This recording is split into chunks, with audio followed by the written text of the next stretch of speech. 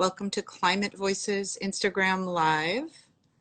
This is a great group that we have tonight, and a big shout out to the founder of Climate Voices, Bill Weihl, who is a former head of sustainability for both Google and Facebook, who left the corporate world to push big business to do more when it comes to step it up and do more when it comes to climate policy and action.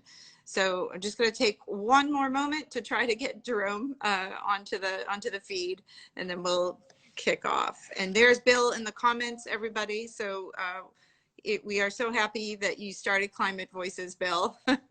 My name is Andrea Soccorso, and I am the volunteer advisor to Climate Voice and a host and a regular MC of this great series. I'm also the co-founder of After We Vote, which is a cross-partisan, cross-race, pro-democracy and civic engagement club. We try to make sure everyone can get out and vote and is active in democracy and voting on issues as important as climate. We host our conversations on Clubhouse, which is a social drop-in audio app.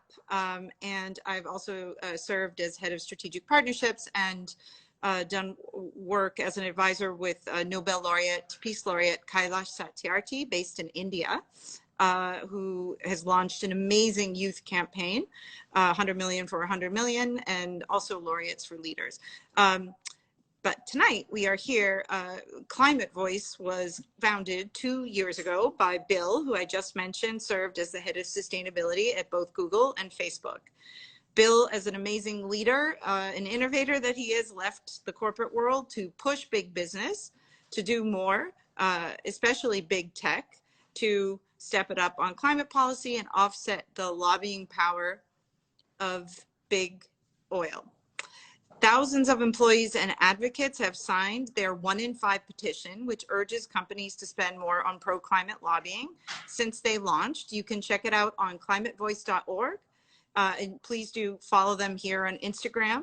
Also share this space with your friends and get more people to drop in, and also check them out on Twitter at Climate Voice. And please follow Bill Weihl, that's W-E-I-H-L, and Jennifer Allen, who's their amazing head of campaigns and programs. And of course, Sarah Keller is the social media guru and co-producer of this series, and Virginia Witt and many other members of the team. About the show itself, it is a series of urgent conversations with people who are at the forefront of solving the climate crisis. Past episodes have had the amazing Professor Katharine Hayhoe, who wants us to keep hope in our tool, as a tool in our war chest in the fight against climate change and global warming. We've had Saul Griffith, who wants us to electrify everything. We've had the amazing climatologist Michael Mann, who wants us to know and be aware of fighting and climate mis and disinformation, among other things. And of course, we've had Emily Atkin, the very lively, heated climate journalist, on the show, and many, many more. But I am particularly excited about tonight's conversation, which is owning our future, climate companies and the youth voice, because we have some of the most amazing dynamic voices and leaders here on Instagram Live with us tonight, and we really want to hear from you. So we have Maya Penn, Katie Eder, and hopefully soon we'll have Jerome Foster II. Okay, yay, Jerome. Hey, how are you guys? Woo, for technology. I know, please don't make fun of me. This is an intergenerational panel. Welcome, so happy to have you. So I was just about to introduce you, but saying a little bit more about the context is, of course, we want to hear your views and what you think, share your work and what you think the biggest obstacles are now and what we need to do. But we also want to shine the light on the role of the corporate sector on helping stop global warming and get us back to a sustainable planet. But as we kick off, we're just going to take a moment and pause, because we want to stand in solidarity with the people of Ukraine who are fighting for their freedom and for their lives. And as we are inspired by, and also for other people in other conflicts around the world, and we are inspired by their strength and their courage, the war in Ukraine is an attack on global energy security, geopolitical security, climate security, and we are watching Arctic shelves fall and melt faster than we had hoped. And we have, of course, severe weather. But the good news is that we have, through COVID and vaccinations, we've seen how quickly the corporate world can mobilize.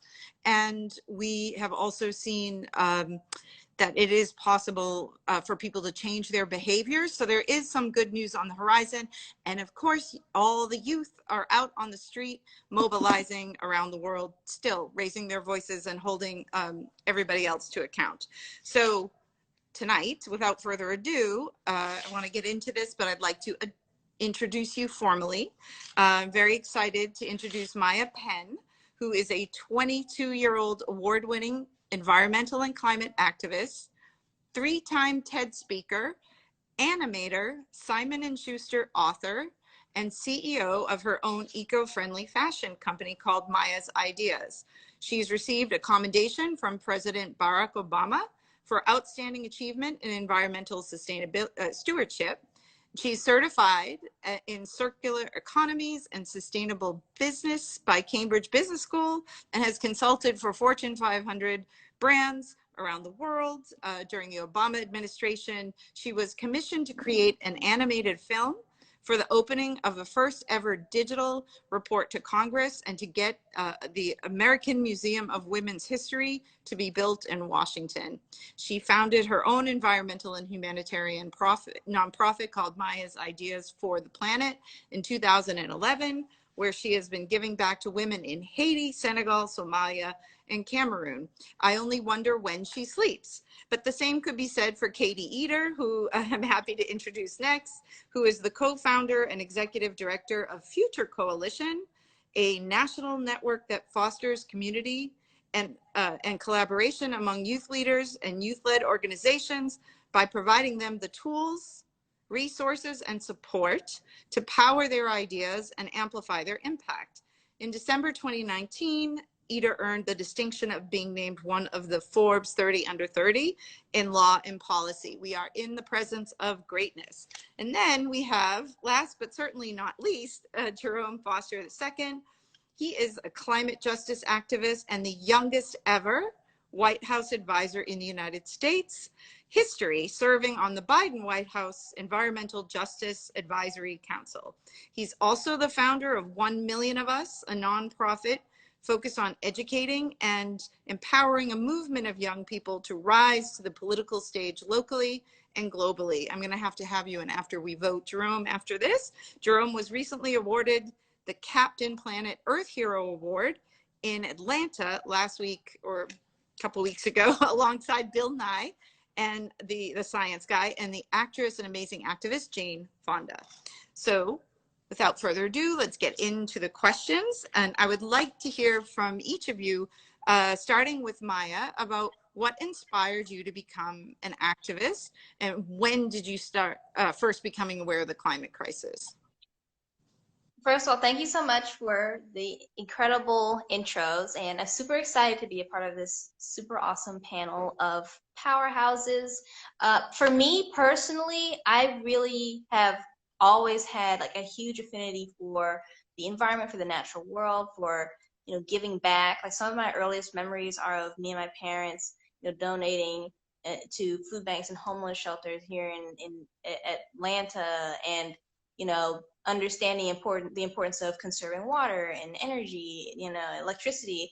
And I've always had that social and environmental good lean, like just growing up. And I've always been a really nerdy kid. Like I was the kid who's always telling my family like facts about endangered species of animals and and things like that. And I think because of Generation Z, we kind of grew up learning about global warming, and of course we weren't calling it the climate crisis at that time, but we were aware this is something that was affecting our world. And the effect of climate change started really ramping up across our childhood. And me living in the South, I've seen how the extreme weather, the tornado seasons have really been affected. So I've always had that passion for it. And so I really started at 8 years old. That's when I started my sustainable fashion company because, you know, in 2008, nobody was talking about the impact of the fashion industry on our environment on a mainstream level. And I also have always, you know, had a passion for art, animation, you know, and everything that kind of comes with the creative side as well, and using those, you know, various mediums to educate, you know, other people to not only bring awareness but also bring action. And you know, it just kind of snowballed. And then by the time I was 13, I gave my, you know, I had given 3 TED Talks. My TED Women Talk went viral worldwide, was translated into like 38 different languages, and everything kind of just went from there. Great. So that's in a nutshell. Congratulations. That sounds amazing. It is definitely a multi-generational problem to solve, but as I listen to you, I'm struck by the fact that, you know, today's young people have done the least to cause global warming, and yet you will be stuck with the worst outcomes if we don't act boldly. So, Katie, what about you? How did you get started? Tell us your story. Yeah, for sure. And I'll just echo what Maya said, that I'm just, yeah, really great to be here and amongst a great group of young folks. So excited for this conversation. So I grew up in Wisconsin. I grew up just outside Milwaukee, and I think growing up, I was always sort of getting into good trouble in various ways.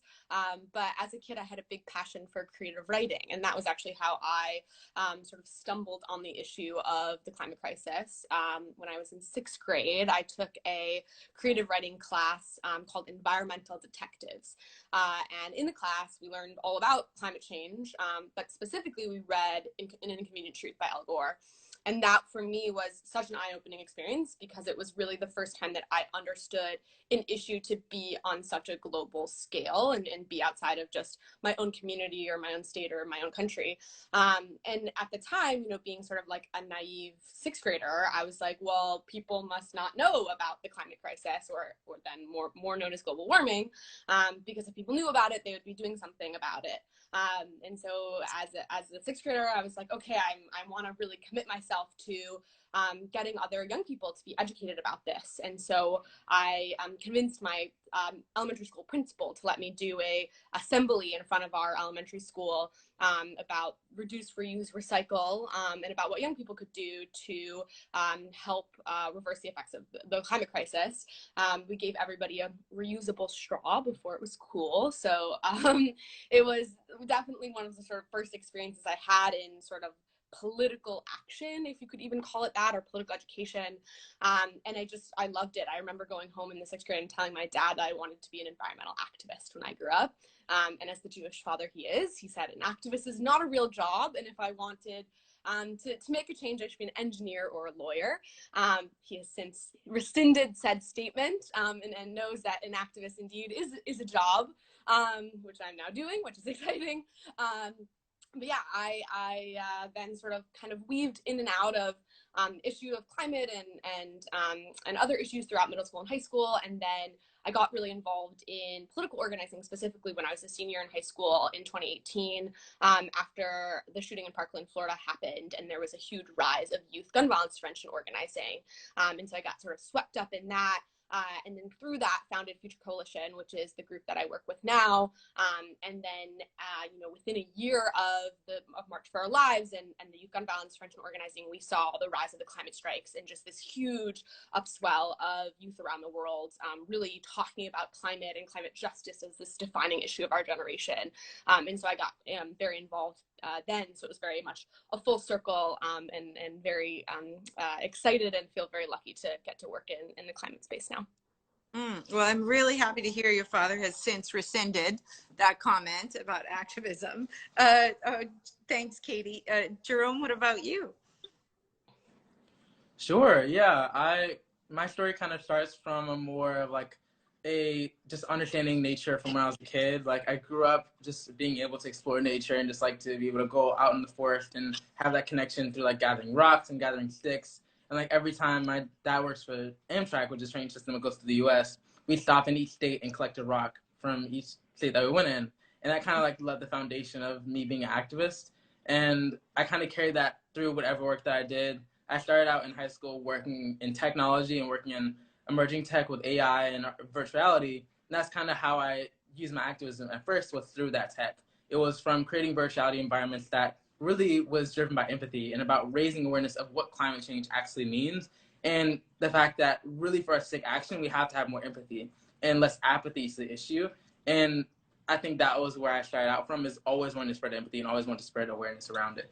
And I kind of transitioned into journalism. But for the time, I was trying to get into tech, and I was trying to figure out how to get into the environmental movement and how to make my voice heard, because at the time there's no youth that were really out there making their voices heard, except for like Juchette Scott or a lot of other indigenous folks who were fighting for it long before any of us. And through writing about the existing environmental movement and about the need for youth to be a part of it, I just saw a lot of young people around me organize like 0 Hour and Sunrise Movement and like major platforms, and said, hey, let's create this coalition of youth. Let's start organizing let's start making the first youth climate march in Washington, D.C. and start organizing there. And from then it snowballed into a Youth Climate Lobby Day, and then Climate Strike started. And I basically was like, how do I make sure that we aren't just yelling in the streets, but actually politicians are hearing us, and we're actually making real change on the policy scale as well, and on the legislative side. So I kind of, as soon as I started climate striking, it wasn't perfectly timed, but it just happened to fall in that way, where in the mornings from like 8 to 12, I climate strike in front of the White House. And from 12 to 3 or 12 to 5, I would like work in Congress and basically intern. So see both sides of the aisle of like, how do we make change from the inside out, and how do we make change from the outside in? And that's kind of how my activism has been ever since, is by climate striking and organizing and making sure our demands are not only just yelled out and trying to be trying to meet to change culture, but actually changing what policymakers see. Because oftentimes policymakers either care about votes or money. Young people don't have money, but we have massive amounts of voting power, and we want to mobilize that. And we did that through an initiative I called 1 Million of Us, which is to organize 1 million young people to register and turn out to vote in the 2020 election. And that was a whirlwind. It was a lot of organizing. We partnered with like Marvel and a lot of people from different like news stations, and basically had young people turn out to the polls in their prom dresses and reclaim their prom to be a graduation into adulthood and civic action. And shortly afterwards, I got a call, like I say, 3 months later from the White House, from the Biden administration, saying, hey, we'd like for you to, like, we saw the work you did at 1 Million of Us and the work you're doing with climate strikes and so many other things. We'd love to actually have a youth representative in the White House because of how much of the movement we built alongside the Biden administration, so many other campaigns. So that was kind of my story, but. Congratulations. That's one of the things in this big led movement in over 36 countries. Kailash, one of the things we were talking about is how youth need more of a seat at the table, not just raising your voice, but actually, getting the tools and actually having a seat at the table to make sure your view and your lived experience is shared and part of the thinking as we solve the problems. Apologies, it seems my dog has joined the Instagram Live. I hope he doesn't speak up. But so tell us about what do you think about last week, again, millions around the world participated in the global climate strike. What did you guys do that day? What were you doing, and what do you really think the marches accomplished, especially in light of what Jerome was just saying? Let's start with you, Katie, this time.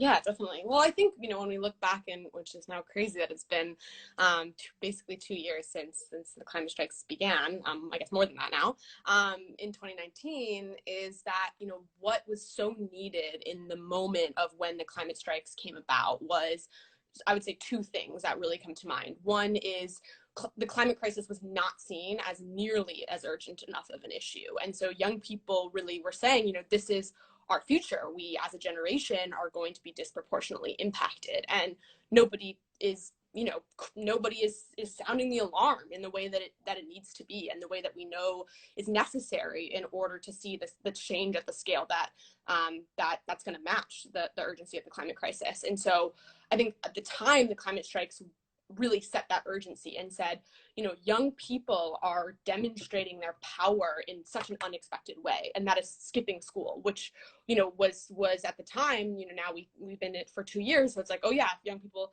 skip school for a cause they care about, but at the time, right, that was so novel and it was so unexpected, and so it was young people really claiming this power. And I think that's really the second thing that the climate strikes did was, you know, not just were we saying this is an urgent issue, but we were saying we as young people, we as a generation have a moral authority here to say, you know, we might not have gone to college, we might not have fancy degrees or 30 years in the workforce, but we have our opinions and our voice on this issue matter. And I think the climate strikes have been so successful at achieving both of those. You know, we've been able to, as a youth movement, move the climate crisis so much more into the mainstream zeitgeist and really into sort of the conversation that people are having every day. And we've also established that young people, you know, need a seat at the table, as Jerome, we were just saying, that, you know, we need to be in the conversations and we need to be trusted and listened to when it comes to this issue of the climate crisis. And so I think, you know, now looking to, you know, 2+ years later of when, you know, Greta first started striking, I think our movement has grown and changed a lot and learned a lot.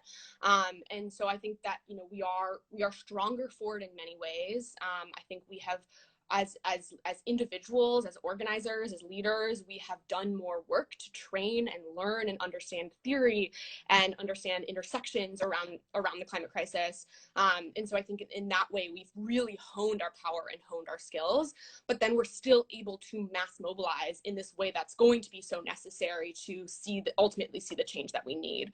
And so I think the climate strikes continuing is really this demonstration of, you know, we are not going anywhere. Just because the idea of a climate strike is not as novel as it was in 2019 does not mean that, you know, we're just going to sit by and say, okay, we've done our job, the work is done, we've been able to mobilize millions of people, and that's it, right? What we actually need is a tangible, visible change, and that comes from government leaders, that comes from private sector leaders. And so I think that we are now just able to continually demonstrate, you know, we're not going away. This is not a one and done issue, that this is a sustained effort of our generation to say, you know, we must address this existential emergency.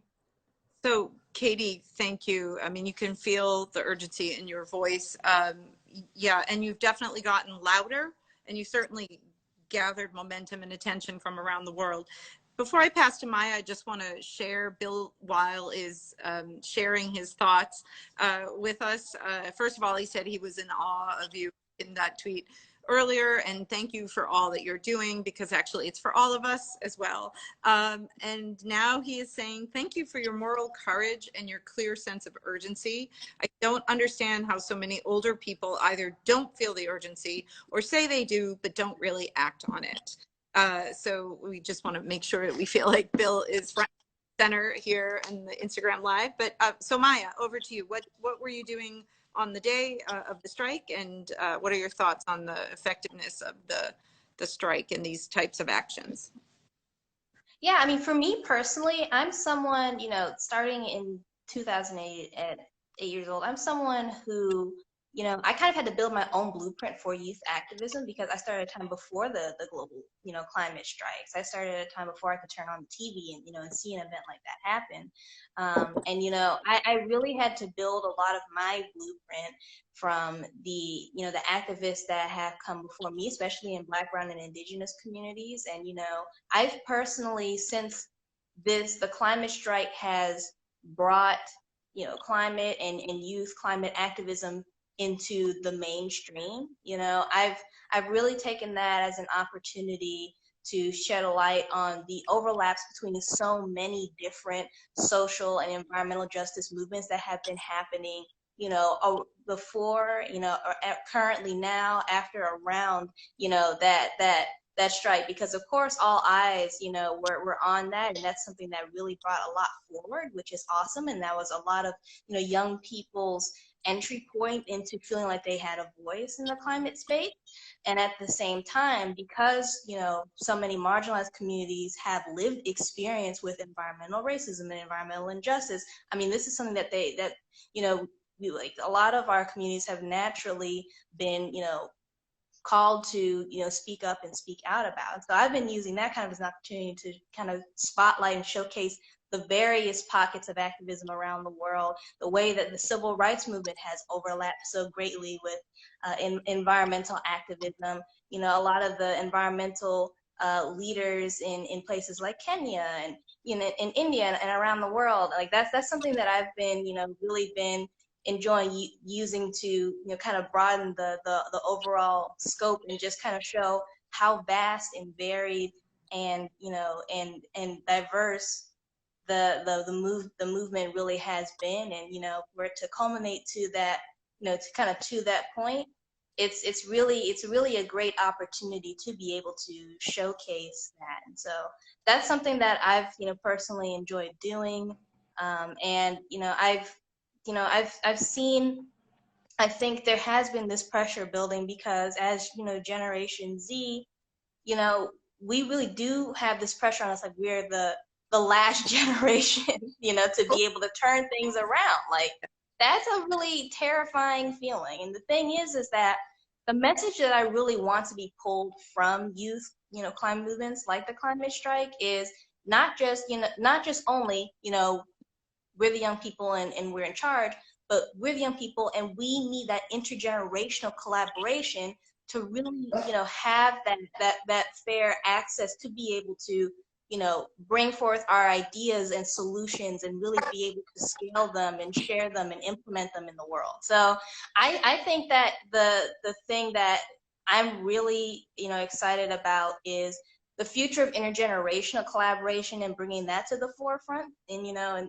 and, you know, I really feel like there are still personally so many young people who feel like their voice still doesn't have that impact. It doesn't matter, you know. And so I'm still hitting those people. I'm still hitting, you know, those students or those high schoolers or those college students or those middle schoolers or whatever it is. I'm still hitting those young people because there are still tons of Gen Z and Gen Alpha who are, you know, really weighed down by eco anxiety, by climate anxiety, and they, you know, they feel like things aren't really getting better. There's not enough action being taken, you know. And I'm really hammering on the power of that collectivism that we've seen demonstrated, and, you know, empowering as many young people as I can, and, you know, doing that in various ways and really demystifying the whole environmental and sustainability space, because it's a lot. But, you know, it's good because you can find various ways to get engaged in your own authentic way. Absolutely. I see Bill saying, I'm glad all of you are speaking up and finding and using your power, knowing that there are lots not so young people who hear you, who feel the urgency, and will do whatever it takes to help. Yes, that's why we're here. But I loved what you said, Maya, about the intersectionality of various movements, and how maybe also therein lies many of the solutions in terms of working together across generations.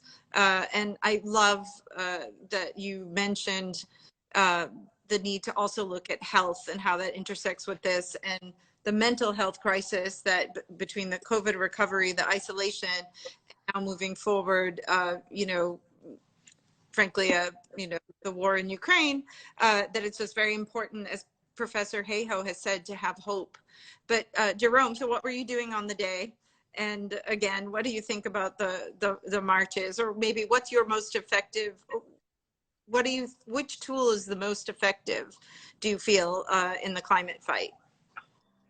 Sure. I think that on the day of climate organizing, I was not organizing climate strike myself. I had just come from another event that we're working on with the White House and policy-wise, and went directly into organizing space. So I had saw the amount of people that were organizing in the streets. Like an hour before, we had about 200 people there in New York City getting ready to go across the Brooklyn Bridge. And then about 5 minutes before, we had 2,000 people, which was amazing because we had that mass mobilization 3 years after the fact that it started. And I think the effectiveness, the most effective part of climate strikes is the fact, not just that we are organizing in the streets, now we are protesting and raising awareness of things, but it's about the fact that even though people still say climate change is not an urgent issue, they're seeing it in the streets every time they walk around.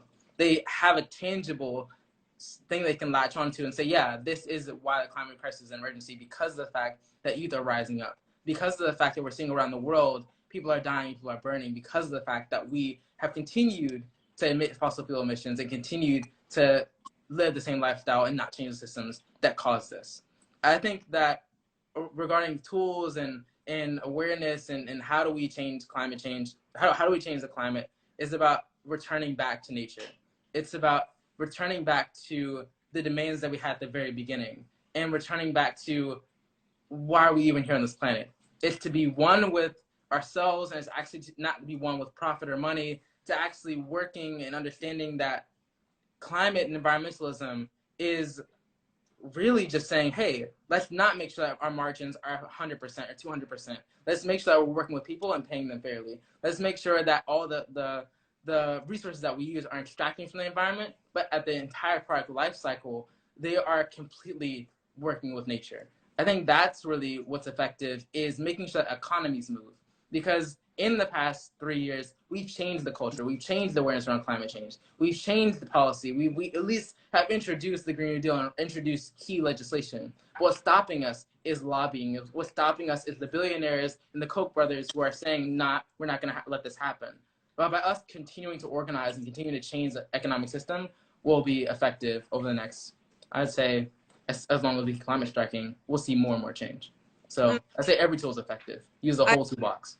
I like that. I think, I want to hear a little bit more about each of your organizations' work, but because you're talking about capitalism and the need to change the system writ large, I want to share a question from Bill Weihl, which is, if you had all the top executives of the tech firms sitting in a room, what would you tell them on behalf of yourselves and your generation, the Gen Zers, that they have to do about the climate crisis? In your own words. Maya, why don't we start with you? Yeah, I mean, I think that I think what I personally would tell them, and as someone who has, consulted a number of different companies in different industries on, environmental social governance and, how they can become more sustainable and tune into that more. I think it's really crucial that, technology helps to serve nature and the natural world and the betterment of our communities. And it's really crucial in my mind for people to understand sustainability is not just a fad, it's not just a trend, it's not just a niche. It's something that is becoming the new standard of business. It's becoming the new standard, of our world, and what young people are really looking for and seeking out in multiple different ways. There have been studies that have shown that Generation Z has a huge impact on the buying choices of their households. There have been studies that have shown that Generation Z wants to work for companies that are more mission oriented and are giving back or making a positive impact on the world. And so it's more than just just speaking with dollars only, or consumer engagement alone. Everyone has this, not everyone, but so many people within our generation have this at top of mind.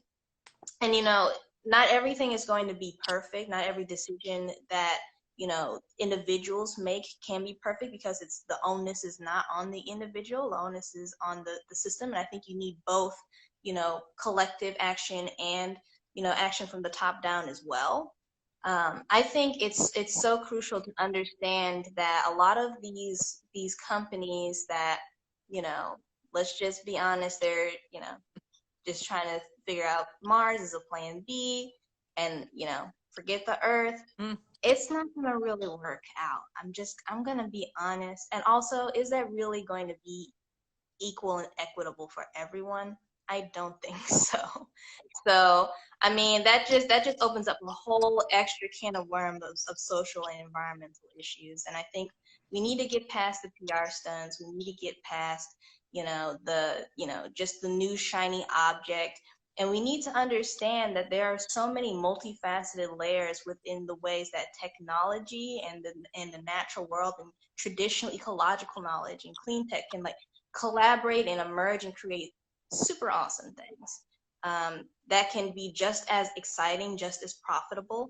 And I think that it's really crucial for, you know, the leaders of these companies to understand that, to embrace that, and to not be afraid to be different, you know, not be afraid to just worry about alienating, you know, their consumer base or their stakeholders, because the faces of what their consumers and stakeholders look like are starting to shift, you know, slowly but surely. So that's what I would say. Earth first, equity, and so many more important points that you made. Katie, what are your thoughts on what you would do if you were sitting across from top tech execs? Yeah, definitely. I mean, layered question. I think, you know, I'm a sophomore in college right now, and I'm an American Studies major. So a lot of what I study is history and so-called America history. And I was just in a class yesterday about women's history in modern America, and we were talking about this concept called presentism, which essentially is the tendency of people now and throughout all of history to focus so much on the present moment, that we have almost this tunnel vision, that we don't really take into account what's happened in the past. We don't really take into account the pattern of history. And we often do, you know, not repeat it exactly, but repeat it in many sort of the broad themes. And then also we have a tendency to focus, we're so tunnel vision on the present that we don't think about the future. And I think that both government and business are extremely susceptible to this idea of presentism, that they're so focused on what's going to make us the dollar this year or this quarter, that they're not thinking, you know, they're thinking, okay, well, if there's an issue that's going to impact us 5-10 years down the line, we'll deal with that 5 or 10 years down the line. And so I think that's one thing to sit with. And then the other thing I'll say is that, you know, as a generation, and I think as youth organizers, one of the things that I think we have a lot of discourse around and a lot of conversation around, and like is a very difficult thing to hold, is that we are dealing with 2 crises right now. One is the climate crisis, and that is obviously, you know, an existential, absolutely urgent, we need to deal with yesterday issue. But we're also dealing with unprecedented democratic erosion, that our political system is failing, and we can't necessarily trust that our government has the capacity and the infrastructure to deal with the issues of climate. I mean, look at how we deal with COVID, right? We're not in a place as a democracy, as a country, and not just us, but many democracies around the world, you know, we're seeing this huge democratic backslide. And so, you know, I think this idea of just, oh, the government will deal with it, right? That's not working. It's not true. The government is not dealing with it. And so private sector actors, people who are working in the corporate sector, you know, as much as we can talk about, you know, and it's important to talk about that, you know, we need to rethink and reshape our economic system and rethink our capitalist structure, because it's put us here in the first place. But the climate crisis is so urgent that we don't have time to restructure the entire system before we deal with it. In an ideal world, we could sort of do both at the same time. But the reality is we can't just we can't wait for that to happen, right? We need to figure out what are the ways that we can, in the current structure, in the current system, deal with this hugely pressing issue of climate change, and also work on fixing the system and the structures and that are in place that have put us here in the first place. And so for corporate actors, for people who are in leadership in the corporate sector, who are the ones who, you know, I think for a very long time have been saying, this isn't my responsibility, this isn't my problem, I'm not the one who has to deal with it, right? That just simply isn't true. That if you are in a position of power, regardless of where you are, on what level of position, whether it's public or private, you have a responsibility to do something. You have a responsibility to sound the alarm and to take action. And you can't just have this presentism mindset, right? You can't fall prey to this tunnel vision, and you have to take responsibility. And I think that to me is the central core theme of just, you know, and Maya said this so eloquently, of our generation, Gen Z, you know, we have said we are taking responsibility. And we have said, you know, this might not be quote unquote our fault, but we are going to do something about it. And that is the thought process that everyone needs to be having, of what are you doing and how are you using your positions of privilege, your positions of power to make a change. And that hugely includes the private sector and the corporate sector. Yeah, thank you, Katie. So many points to highlight there. One, also reshaping capitalism, but the short-term ism, you know, the short-term urgency, 5-alarm fire, plus the need that realizing that these are long-term solutions and that we need to walk into chew gum at the same time and call out our leaders that are not prioritizing this because of, well, I won't go into it here, conflicting interests, let's say. And then there's also the role of shareholders and then, of course, consumers. But Jerome, so what is your statement to the tech execs, corporate? When we think about technology and think about how we frame our current social structures based solely on technology, how we see the climate crisis, how we see fossil fuels is based on our interactions on Instagram, based on our interactions on Facebook, based on our interactions through our phones. And every technology company has the ability to change, has the ability to change what's allowed to be on their devices, what's allowed to be spread. And I think that we have to have a conversation about what is ethical and what is just. In that technology companies aren't just the middle grounds anymore. They're the providers of everything that we see in our lives. If one person with a Facebook account next to you can see a totally different world than someone that's 2 feet away, that creates a world where everyone sees a different outcome, everyone sees a different circumstance. But actually what has to happen is tech companies, I'm sitting with them 100 people, I would say that you have to be dismantled, that companies have to break up. Because right now they have such a stranglehold, such a encompassing amount of products that we fall prey to their entire vision of what the world should be. That's the first step. The second step is that tech companies have to take responsibility for the damage they've already done. Every time we talk to a politician, they'll say, "Oh, Facebook did this. We need to use Facebook to use our campaigns. Well, Facebook changed the algorithm, so this is how we live our lives." It's that framework that we have to change, and that oftentimes we talk about young people, we say, "Oh, young people aren't really tapped into the real world. They're always on social media." Yeah, but actually as young people, we're in tune with ecosystems. And naturally nature is an ecosystem. But technology in its bare form is an ecosystem in itself. It's an ecosystem of wires, an ecosystem of ones and zeros. It was meant to be free and just and equitable for everyone. It's supposed to be a democracy, which was technology. We have to return back to that. That's what I would say to them, is that if we want to have internet that's accessible to people, make sure that it's just. Make sure that we aren't just focusing on 5G and 6G in New York City and Los Angeles, and make sure that everyone has access to it. Because for climate justice to happen, most countries that were in the aftermath of the ruins of colonialism still don't even have access to internet, which still lessen their access to solar energy, and for them to even be able to produce any energy at all. So that's really what has to change, is their priorities and making sure that we have a bare line minimum of what everyone has access to. Absolutely. I want to highlight what Bill is saying in response to this. Comments are coming fast and furiously in the channel. People are loving the conversation. Bill is saying we need rich, powerful individuals and companies who claim to care about climate inequity, etc., to step it up and help fix it less. And he was also talking about the breakdown right now in democracy. And I really like, we need to turn this around and force all leaders and companies to grapple with ethics and morality, not just with next quarter earnings. Going back to the short-term versus long-termism that Katie was mentioning, the need to walk and chew gum at the same time, but also really looking at a cultural shift right now in the country and how we live and how we consume. And really how we collaborate as well, how we have compassion for each other, because we really are all in this together. So moving on, we have about 15 minutes left, and there's so much more to hear from. I'd love to hear maybe if you could in about a minute and a half, each of you, for your respective organizations that you founded. I'm going to come to you, Maya, first. Can you share, why you decided to start your eco-friendly fashion company?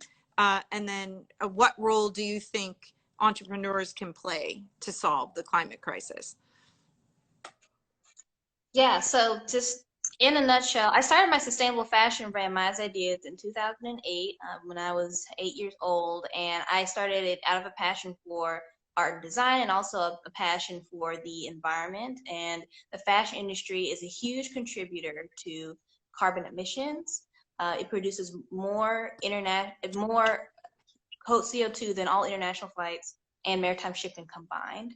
And I think that's, you know, something that was, you know, that's always been something that's been overlooked, and I wanted to help make a difference and provide a more sustainable alternative at that time. And since then, I've also, you know, consulted a number of brands. And to answer the other part of your question, I think that, you know, companies have a huge, major responsibility, especially, you know, large conglomerates and, you know, mega corporations.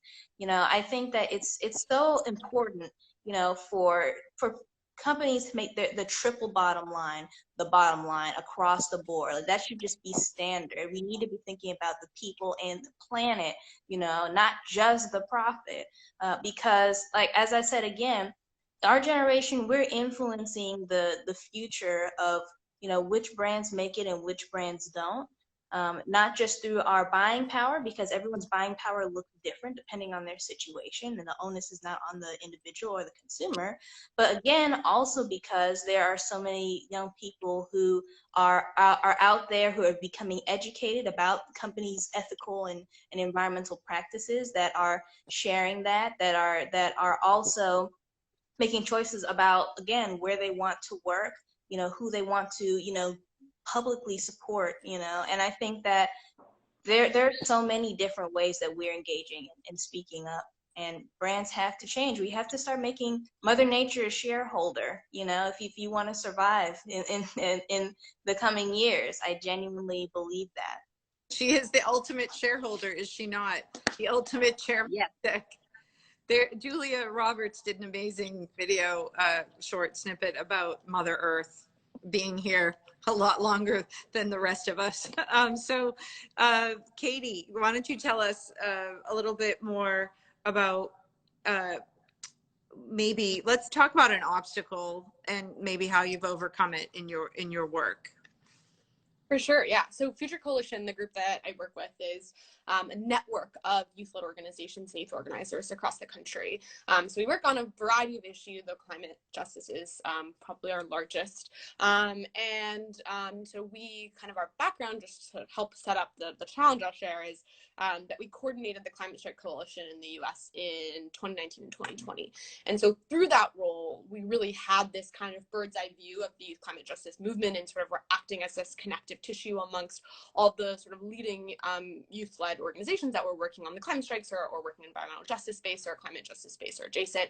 And sort of kind of coming at the end of 2020, you know, this was now post the election, we saw a record historic youth voter turnout. It was post the summer of 2020, the summer of protests, where we saw, you know, this huge rise in visibility of movement for Black lives, and so much of the youth climate justice movement organizing in solidarity with the movement for Black lives. And so going into 2021, we were asking ourselves all these questions, you know, in the midst of COVID, what was our strategic direction? You know, we weren't able to climate strike in the way that we had been in 2019 because of COVID. And so we were really kind of at a crossroads of, for so long, the climate strike had been our brand, our tactic, our strategy, you know, it was everything. And so we were really sort of prompted to say, you know, okay, as a youth movement, what is our next step? What are we going to do? How can we best leverage the moral authority that I talked about earlier to create the biggest impact possible? And what came out of that was this real want to hone our voice even more, to say, okay, we've been able to sort of help carry the torch of the climate movement and bring even more visibility into the issue of climate. And so now, you know, how do we even hone further, and how do we see actual, real, tangible change?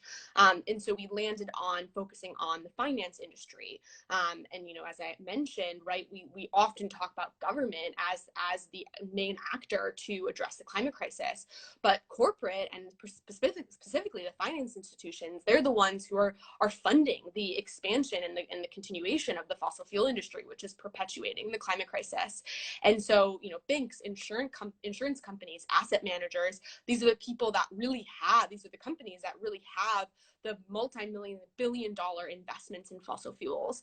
And so while the government has, you know, obviously a huge role to play in addressing the climate crisis, there's also also huge stakeholders in the finance industry. They're the ones that can turn the faucet off. They can say no more fossil fuel expansion. And that is what we need. And so that is really the focus of Future Coalition's climate work now, is saying, we cannot see any more fossil fuel expansion. We have to see an end to the era of fossil fuels in order to start on our path to climate recovery. And that starts with the finance institutions. That starts with the board and the CEOs of key finance institutions. We're targeting JP Morgan Chase as well as others, with this really key demand of saying, we want to see you phase out all of your climate investments, but right now what you can literally do overnight is stop spending new money on fossil fuel expansion.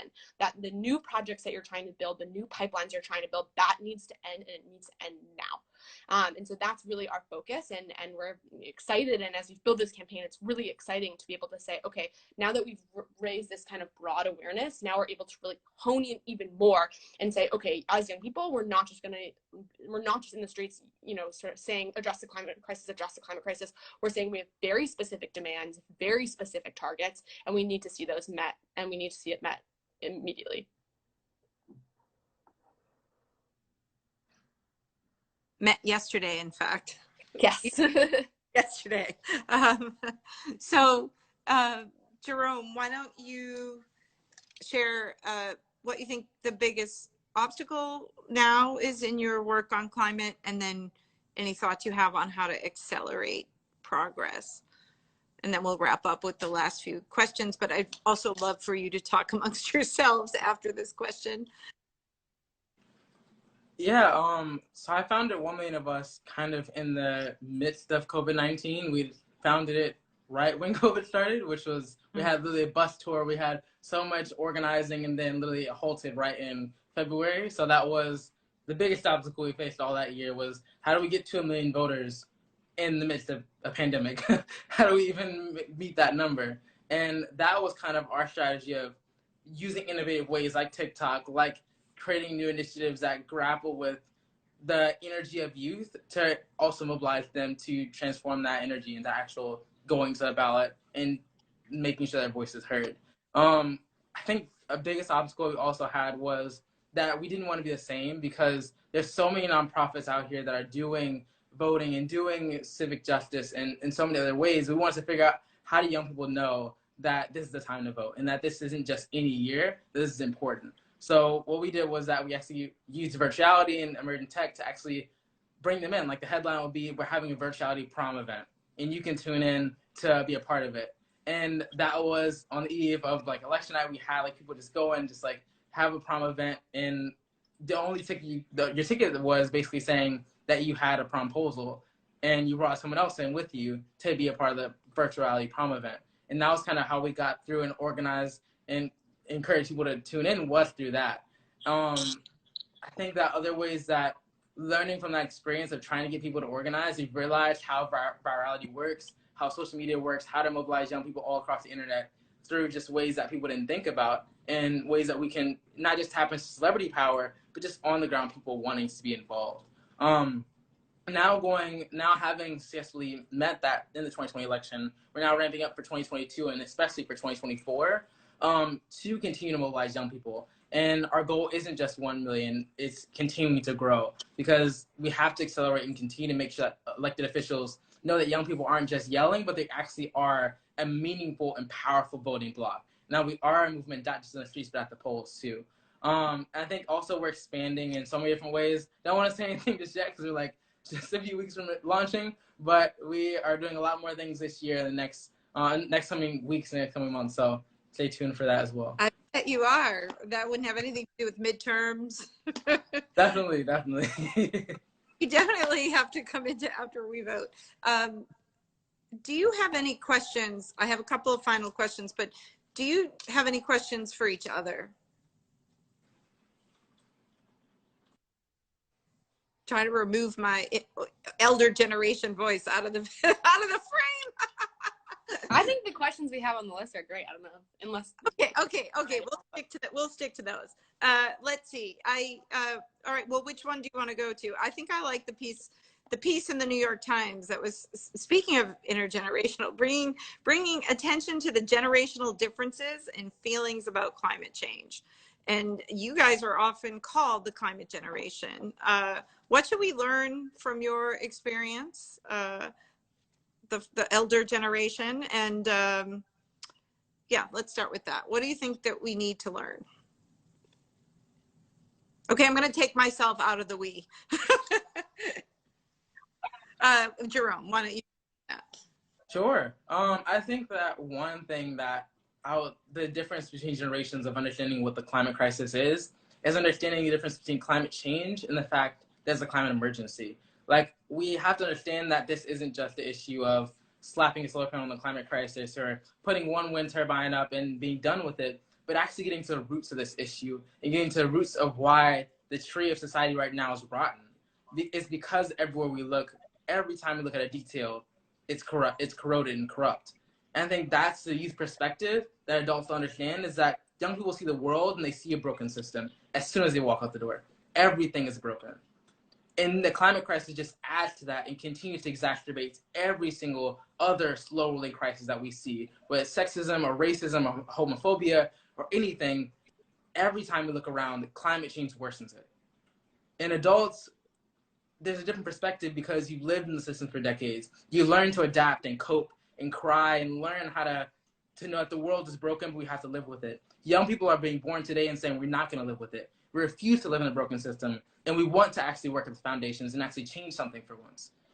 For so many movements that have gone in the past, their goal was to make systemic change. And as young people, we're saying that no more is ready. Like, we can't just continue to just work around the margins and say, oh yeah, like small marginal change is enough. This Generation Z is saying this is the last generation we're able to get away with corporate capitalism and massive exploitation of communities. Refugees are dying in Calais. Refugees are dying around the world and stuck at U.S.-Mexico border. And every time we wake up, our generation is thinking about it. That's the generational divide, is that we have to understand that this is an urgent issue and it's an emergency. It's not just technology.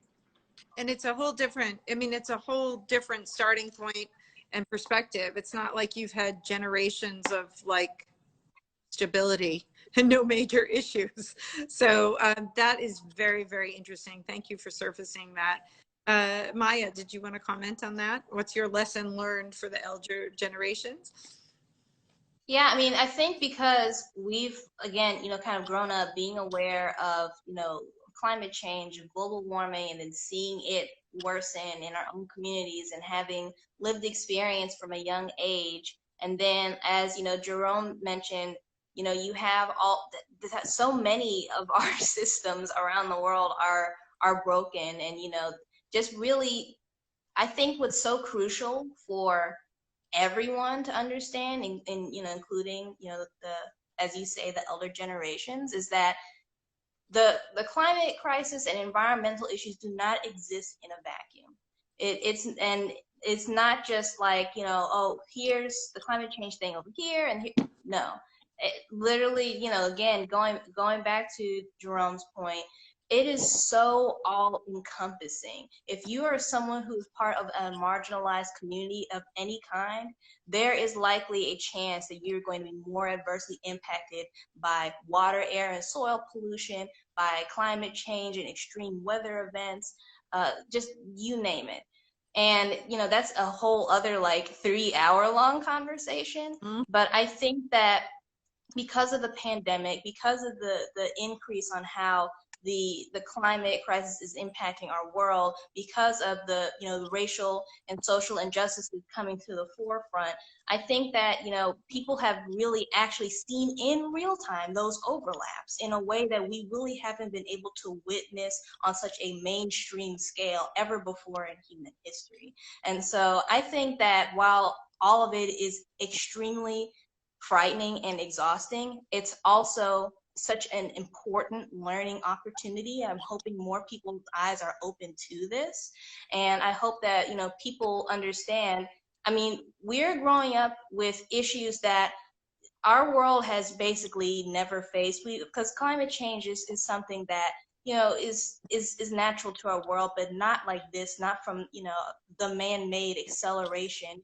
And I always say that even though we're living at a time where something like this has never happened in human history, we're also at a time in human history where we've never had so many incredible solutions, new emerging technologies, traditional ecological knowledge, you know, and leaders doing the grassroots work that are like boots on the ground, who have the solutions that just need the resources to scale them up. Like we're approaching this with tools that have never been seen before on this planet either. And so as long as we can continue to lift up and support those voices and that work, then I think that that's what will really help to turn things around. Excellent. Yeah, absolutely. Katie. Yeah, I mean, that so eloquently put, and I completely agree. And I think what I'll say is, first, I just want to echo something that Maya said earlier, which is that, you know, when we talk about that this is a youth-led movement, it does not mean that it is a youth-only movement, nor should it. And I think that there's sort of two parts of it. One is that, you know, the youth generation by no means is reinventing the wheel, that this movement of the climate movement and the environmental justice movement is a movement that's been going on for decades and centuries, a movement that was started and is in large part led by Indigenous people, and a movement that, you know, is continued to be, the work on the ground continuing to be done in Black and brown communities every day. And I think that that is really critical as a youth movement for us to know and understand, is that we don't exist in a silo and we cannot do this work alone, nor should we try, nor is it appropriate for us to try. That we need to see ourselves as part of a greater ecosystem and a greater network of the broader, not just environmental justice and climate justice movement, but of social justice movements and of, you know, other critical of you know, people-led movements in this time and throughout time. And that being said, there is a lot that we can learn from, you know, past movements of young people, that when you look at history, almost all key social movements have been led by young people, because young people have this ability to catalyze change. And I think as far as what adults, you know, what is, you know, of what Jerome and Maya haven't yet said about adults being involved, I think the other thing, and this I guess adds on to Maya's points as well too, but we are beyond the days of the melting ice caps and the polar bears. And I think that is, you know, a visual that for so long largely has been painted as kind of what the quote unquote climate or environmental movement has been. And that was the environmental movement that was led by, you know, frankly, a lot of white old men. And that's changing now. And that it's, you know, more important now than ever that we see this movement as such, as so intersecting, but also that not just, you know, intersecting across issues and intersecting across isms, but also that there are so many ways that people can get involved in the movement. And I think that that's something for young people and adults to know, is that, you know, you don't need to be able to speak well or organize an action to be able to contribute to the movement, or you don't need to dedicate your whole life and have, you know, endless hours. That there's little things, big things for everyone, whether you're a young person or adult, that you can do. And I think really asking yourselves, you know, what am I passionate about? What am I good at? What do I like to do? And then figuring out how to plug that into the movement is a really great way to show up and get involved without feeling this huge pressure of needing to sort of like change your whole life to be, you know, a quote unquote activist or a quote unquote organizer. Well, I'm just listening to all of you, and I am thinking of, suddenly when you were just speaking, Katie, you're also incredibly eloquent and right on the money on all of this.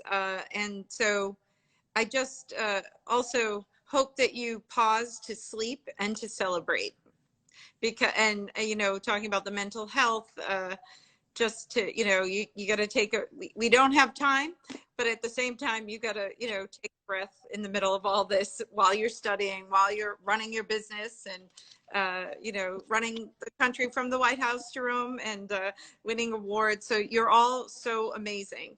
I want to do a rapid round robin fire question. If you could say maybe two things that you, in a word, that could accelerate progress. So for example, mine, I'd say invest in women and divest in fossil fuels. What are your top two things to accelerate progress, Maya? I have like a top 500 things to accelerate progress, but I'm going to try.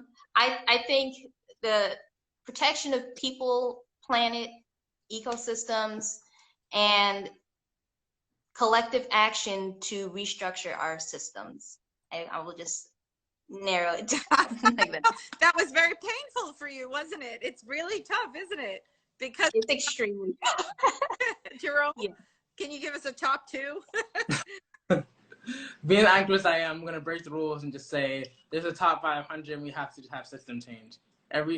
Just change the system or that's good. Like, we need to actually change the system. I can send you the 40-page document we're writing at the White House. You got to send it by Thursday, but I don't know if that's so cool. Katie, your thoughts? Okay, I'm going to do two that has more than one in both. Okay, so one is a poster that I have on my wall in front of me, which is decenter, decolonize, dismantle. And then the second is radical love. Oh, and I love them, and they were all so different. So to wrap this up tonight, first I would like to thank all of the amazing panelists. We could easily, clearly go on for another 3 to 4 to 5 hours to really dig into more specifics on how we're going to get all of this done. And thank you so much to Climate Voice for hosting, bringing together these dynamic young people. I'm wondering if you think that, is there sufficient collaboration? Are you all reaching cross movement, cross country? Are you teaming up with the climate activists around the world, with the movement for Black Lives? Leave me with the last thought on and hope about collaboration. Who wants to take it first? Well, that would be my 500-page document. I would say collaboration, coalition building it's critical. It's a necessity. It's happening a lot more than it used to, and there's a lot of work to continue to do. Maya, thoughts on collaboration? Any way to speed that up? Do you think it's happening enough in the climate movement, across movements? I think that it's happening, but it needs to happen more. And I think that, people need to understand, their specific strengths and passions, and then don't be afraid to collaborate with people who have their specific strengths and passions elsewhere. That if you're not fully educated, because sustainability is so multifaceted, okay? If you're not fully, educated or in another space and you want to get involved, then it's time to work together with somebody else. You don't have to feel like you have to be an expert on the 5,000 things that we're all fighting every single day. That's when it's time to call in other people and uplift the voices of people that are, in those pockets. I think that if people really lean into not being have to know it all, but being willing to work together, then I think we'll be good. Okay, so much wisdom. And Jerome? My final word is, I'd say that for anyone who is looking to find fulfillment in life and find fulfillment in the work they do, I'd say the most encouraging thing is to find joy in fighting for justice and to find joy in change making. Great, thank you. So we're all in this together. We're living through a profound, probably the most profound and biggest transformation possibly the world has ever seen. We're all in this together. Youth are the driving force, but we need everybody to do their bit. In particular, corporate leaders, big tech, if you're listening, they are coming for you. This Gen Z is coming for you with all of us in the background. And we are all going to raise our climate voice. And we are going to join Climate Voice. And please do, folks on the panel, look in the chat. There is, Bill Weihl has so wonderfully shared. They have put together an amazing corporate scorecard, which shines the spotlight on how companies are using or not using their lobbying, but what they're doing vis-a-vis what they say they're doing. So it's a great tool. I want to highlight it to you so you can see it and use it. Keep up the good fight, and reach out to us, and we hope to host you again at another point in time. And I just want to urge everybody to vote. I think Jerome would agree with me. I bet everyone would agree. Make sure you vote. There's a lot at stake at these elections, but it's a democratic thing to do. And thank you, Bill, all of the Climate Voice team, and onward and upwards. Let's turn this ship around and get headed in the right direction. So thank you so much, everybody. It's been such a pleasure, and I feel very hopeful and energized after speaking with you all tonight. Thank you for spending time with us. Thank you. Thank You. you. Bye-bye. Thank you.